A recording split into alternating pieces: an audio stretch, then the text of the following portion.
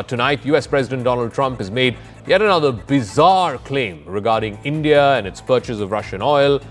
President Trump says he spoke with Prime Minister Modi on Wednesday, and he claims that Prime Minister Modi assured him that India will stop buying Russian oil. Now, this has been completely refuted by the MEA, but that hasn't stopped the Congress and the rest of the opposition parties from attacking the government, attacking the Prime Minister, and asking why are India's decisions being announced by the American president? The question to ask tonight, twofold. One, does the data hold true? Is there any evidence to suggest, as Trump is claiming, that India is actually decreasing its purchase of Russian oil in favor of other energy sources, including from the United States, in any substantial way? We will break down the data for you and show you how there is simply no backing to that claim. And number two, what may be the political implications of this? Because the MEA has completely refuted what Mr. Trump has said. It is coming at a delicate time in the trade negotiations. There's the possibility of a meeting between the two leaders, the two principals, the US President and the Indian Prime Minister, end of this month in Kuala Lumpur on the sidelines of the ASEAN summit. Will this public commentary by Trump derail the possibility of that meeting and perhaps even derail the negotiations, which are delicately poised at this point of time? An Indian team is currently in the United States to take forward those trade negotiations. But I want to first play out what Trump said and the reaction that has come through from the Indian side as well. But first, what Trump said. He's assured me there will be no oil purchased from Russia. I don't know, maybe that's a breaking story. Can I say that? Would you say? There will be no oil. He's not buying his oil from Russia. It started. You know, you can't do it immediately. It's a little bit of a process. But the process is going to be over with soon. On the question of whether there was a conversation or a telephone call between Prime Minister Modi and President Trump, I am not aware of any conversation yesterday between the two leaders. Now, every time Trump makes a claim, the Congress party jumps in and questions Modi. And once again, Rahul Gandhi has accused the Prime Minister of being too scared of Trump. He's posed some questions, and there is a mismatch between the questions asked and what the reality on the ground is. Number one, Mr. Rahul Gandhi has claimed that the Prime Minister allows Trump to decide on oil purchases, yielding to American pressure. The fact of the matter is, India continues to purchase Russian oil. In fact, in the month of September, Russia was the highest supplier of oil to India at about 34%. Rahul Gandhi says that congratulatory messages are sent despite snubs from Trump and the White House and Trump administration folks. But the fact is that Trump and Modi have spoken at least 3 times in the last 3 or 4 months, on the 17th of June, then on the 16th of September to wish the Prime Minister a happy birthday, and just earlier this month on the 9th of October when the Gaza ceasefire announcement was made public to the world. So they have been repeatedly speaking, and that's an indication that there is a degree of cordiality, there is a strong level of personal and diplomatic engagement. Rahul Gandhi also questioned the cancellation of the finance minister's upcoming visit to America for the IMF meetings, but the FM had cancelled her visit after the Pahalgam attack as well, showing that the cancellation was because of a domestic security crisis, not necessarily the fallout of any diplomatic or political issue. Rahul Gandhi also questioning why the Prime Minister skipped the recent Sharm el-Sheikh summit in Egypt, the peace summit, announcing the ceasefire between Israel and Hamas and sort of cementing it, solidifying it. The fact is that the Prime Minister skipped the summit because it was essentially just a praise Trump meeting where everyone from the British Prime Minister to the Canadian Prime Minister, and we saw the Pakistani Prime Minister almost supplicating in front of President Trump. That is not something you would want the leader of any country to be put in such a position. So this was a deliberate diplomatic decision taken at the highest level, aimed at not just, preventing the Prime Minister from becoming or getting into this kind of an embarrassing situation. Also, there are regional security implications. So India decided at the highest level to skip the Sharm el-Sheikh summit. But there was representation by the MOS-MEA. Rahul Gandhi also claims that the Prime Minister does not contradict Trump, whether it's on Operation Sindoor or whether it is now on the purchase of Russian oil. But the fact is, in the Parliament session, the Prime Minister had said that it was Pakistan that begged for a ceasefire, and the ceasefire was arrived at bilaterally between both countries and did not involve any third party. वो कहते हैं कि मैंने कहा प्रधानमंत्री मोदी को कि भारत को रूस से तेल नहीं खरीदना चाहिए और मुझे आश्वस्त किया गया है, मुझे आश्वासन दिया गया है कि भारत रूस से तेल नहीं खरीदेगा। प्रधानमंत्री चुप हैं। भारत सरकार के निर्णय भारत सरकार के द्वारा क्यों नहीं घोषित किया जाता? भारत सरकार के निर्णय राष्ट्रपति ट्रंप क्यों करते हैं बार बार? देश की संस्कृति, जीवन मूल्य, परंपराओं से जिनका कोई वास्ता ना हो, वो देश की नहीं विदेश की ही मानेंगे, ऐसा मुझे लगता है। All right, I want to go for a face-off on this. Anand Ranganathan, author, is joining us. Salman Soz is national spokesperson of the Congress Party. Salman, let me start with you. You know, Trump can claim whatever he wants to claim, and that's been refuted by the MEA spokesperson.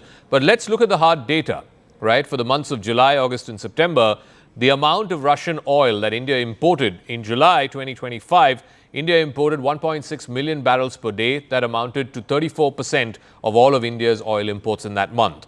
In August of 2025, India imported 1.7 million barrels per day of Russian crude. That amounted to 37% of all of India's imports of oil in that month, August 2025. And in September 2025, again, it's at 1.6 million barrels per day, 34%, which is the highest that any country is supplying India with crude. So this whole idea that Trump has said that Modi will cut Russian oil just doesn't add up. The data doesn't add up.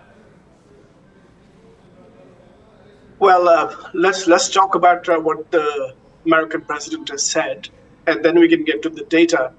He says that Prime Minister Modi has told him that India will no longer purchase or reduce its purchase of Russian oil. Now, that's obviously prospective. The question really is, why does the American president feel free to make remarks about India and what India will do or not do? That is not something for the United States president to say or do. The question is, when the president of America does these things, he repeatedly, to my mind, and to anyone who sees this objectively, is basically trying to belittle India, to in some ways show as if he's the boss of everybody. And I think what we need to do is basically lay down certain red lines. And we cannot have the president of America saying something, and then the Prime Minister of India basically hides behind the Ministry of External Affairs, some bureaucrats there, and doesn't say anything, nothing. But Salman, there are two aspects to this. One is it's been refuted by an official Government of India spokesperson, right? So I'm going by what he has said. Number one. Number two, again, just because Trump happens to be the U.S. president doesn't mean that everything that he says or everything that comes out of his mouth is the gospel truth. Let's go by the data, and the data doesn't show that India has cut Russian oil. Zaka, I did not say that Donald Trump, whatever he says, is the truth. In fact, for many things, he lies. We know it. Everybody knows it. That's not the question. The question is, an American president is talking about India's energy policy, our foreign policy, our national security, repeatedly. Okay.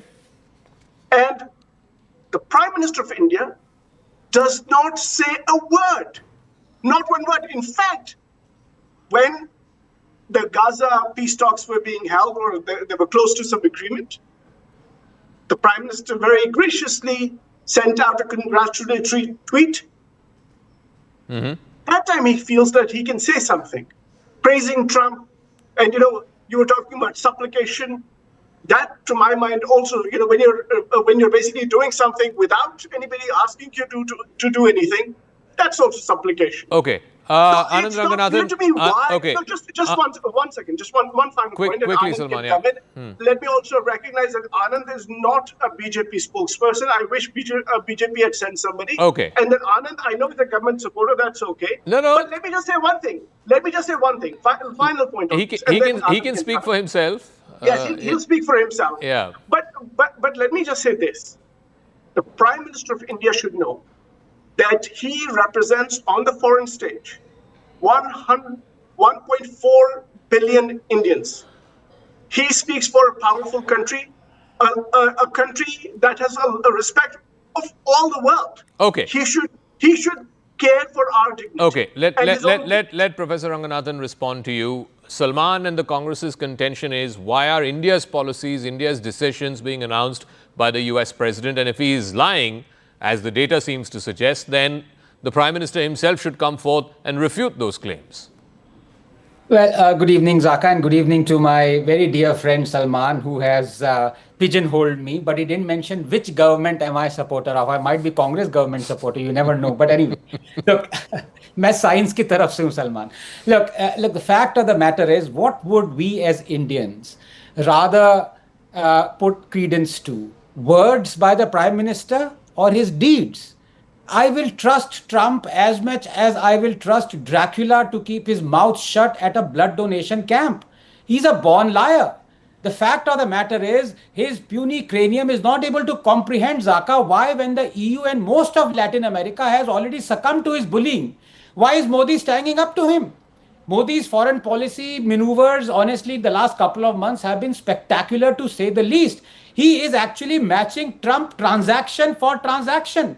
Is this what Trump wanted? Well, he's getting it. Because Modi has, in continuing to buy Russian oil, not only exposed Trump's hypocrisy of imposing extra 25% tariffs selectively on India, even as the EU and the US continue to buy more Russian energy, but by going to Beijing and standing with Xi, he has shown Trump his place.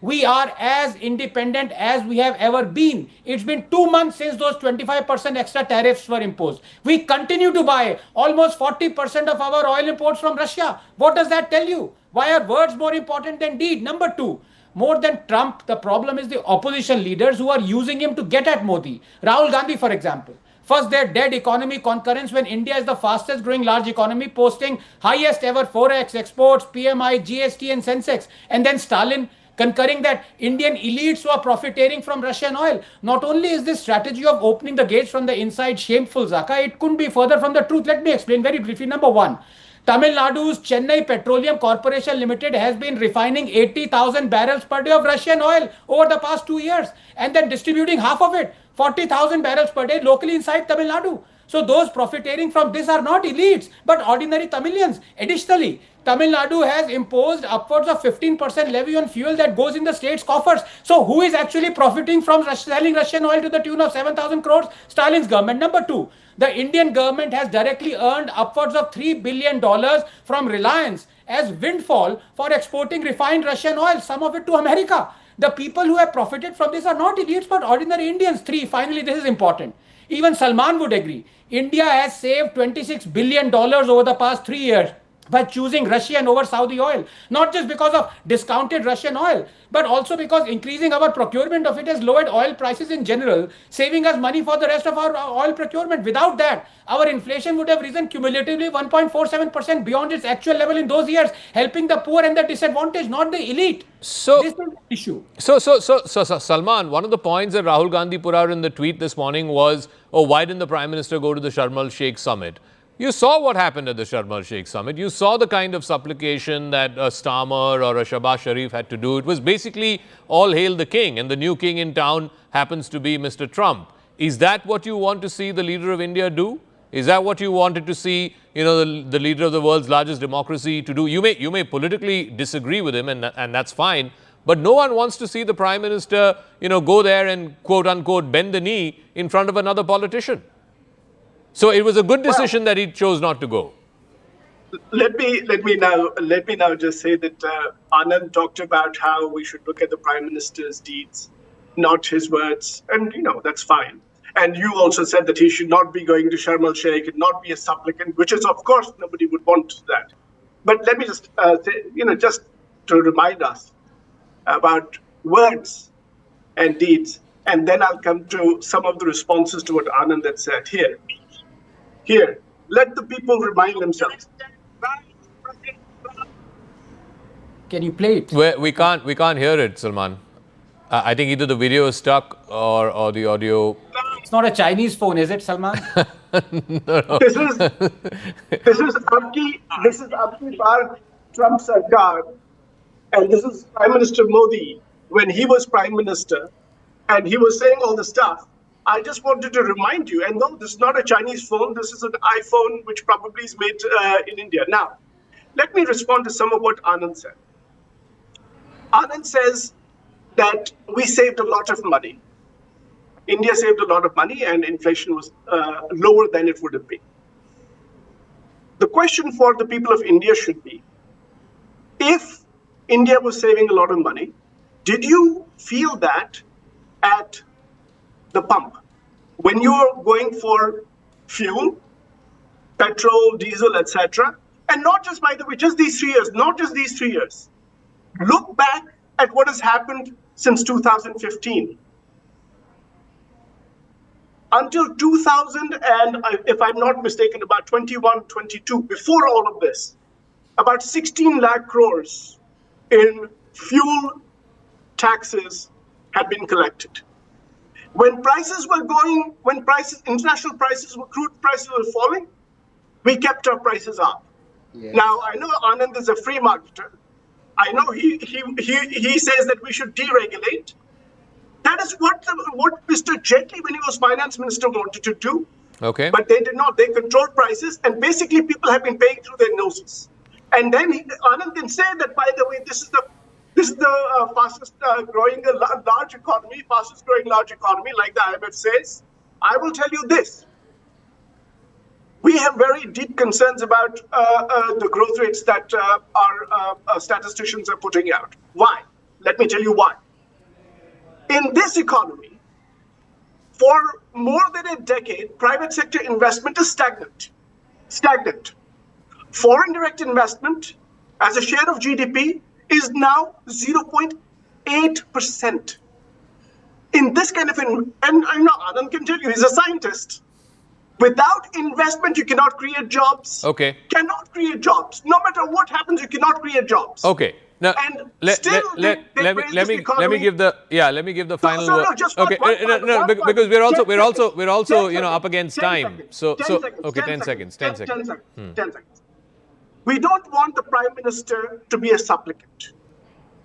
We don't want the Prime Minister to do anything except to fight for the country's dignity. It is not too much to ask. All right, he has to fight Professor Ranganathan. I think the first part of the question that Salman asked is valid.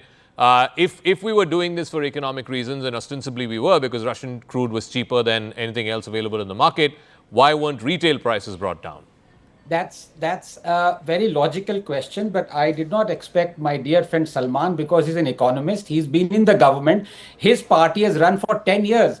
Because if he's wondering why those savings haven't reached consumers directly, the fact is no government, whether Congress or the BJP, ever does so via the fuel industry, even during price drops, since this sector funds public programs. It is a revenue source, like it or not. The profits and savings collected by the government here feed a fund that is tapped whenever it must provide hundreds of billions in aids or support across sectors. Salman, where else do you think those 100 million toilets originate, or those roads and health insurances? You know as well as I know. The cash cow is the petroleum sector. It's been used by the UPA, it's been used by the BJP. So for you to ask if we've saved money, whereas all that money not gone to the consumer, it has lowered inflation and it has gone into the welfare schemes that are helping the consumer, like was happening during the case of UPA. And finally, as for you showing that clip of Narendra Modi, let me fact check you. Narendra Modi was quoting Trump, saying "Ab ki baar Trump sarkar." He was not validating and ratifying Trump. Okay, we'll leave it at that. Completely out of time. Fascinating conversation, gentlemen. Thank you so much. We should do this more often. Thank you for joining us, Salman Soz and Professor Anand Ranganathan.